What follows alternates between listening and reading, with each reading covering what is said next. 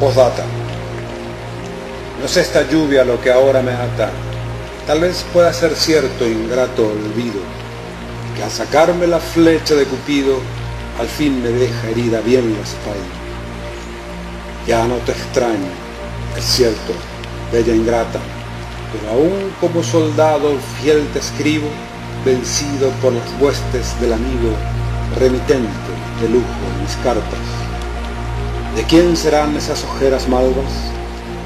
Hoy que la ebria soledad apura, ruego encuentres al príncipe con capa que te salve de tu olvido inoportuno.